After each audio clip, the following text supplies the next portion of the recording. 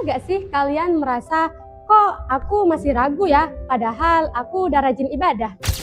Atau pernah berpikir, Tuhan sedekat apa sih sama kita? Assalamualaikum warahmatullahi wabarakatuh. Salam literasi untuk kita semua.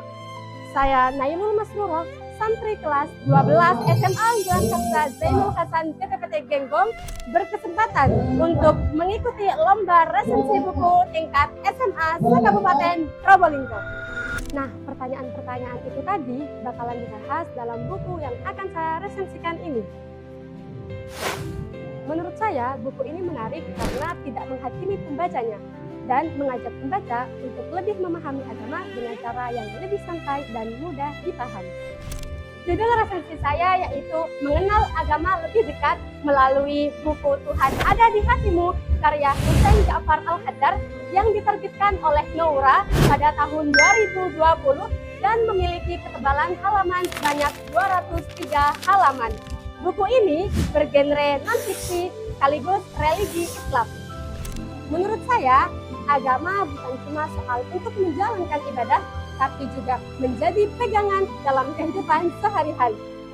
Di era teknologi yang semakin berkembang, orang-orang malah meremehkan pegangan itu dan banyak sekali yang kurang memahami nilai-nilai keagamaan tersebut. Buku ini mengajarkan kita cara menjadi orang beriman, menghargai sesama, dan menjadi pribadi yang lebih baik lagi ke depannya. Itulah alasan mengapa saya memilih buku ini untuk dijadikan resensi. Buku ini membahas hubungan manusia dengan Tuhan dari berbagai sudut pandang. Penulis menjelaskan bahwa kedekatan manusia dengan Tuhan tidak hanya diukur dari banyaknya beribadah, tapi juga diukur dari bagaimana cara kita memperlakukan orang lain.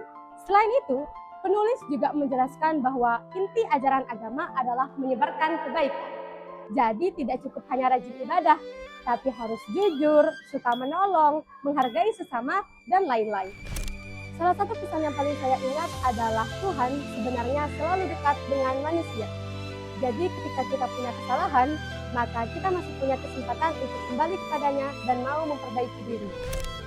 Hal menarik lainnya adalah buku tersebut mengajarkan kita bahwa menjadi orang beriman bukan berarti orang yang merasa paling benar. Justru orang yang benar-benar beriman adalah orang yang rendah hati dan mau terus memperbaiki diri. Menurut saya, kelebihan buku ini ada di cara penulis menyampaikan pesan-pesannya. Bahasanya yang sederhana dan mudah dimengerti membuat pembaca tidak terasa seperti membaca buku, melainkan diajak untuk merenung bersama.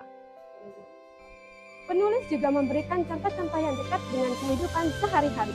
Selain itu, ada ayat Al-Quran, hadis, dan kisah-kisah tokoh-tokoh inspiratif lainnya yang membuat buku ini menjadi lebih menarik dan kuat. Meskipun memiliki beberapa kelebihan, buku Tuhan Ada di Hatimu juga memiliki beberapa kekurangan.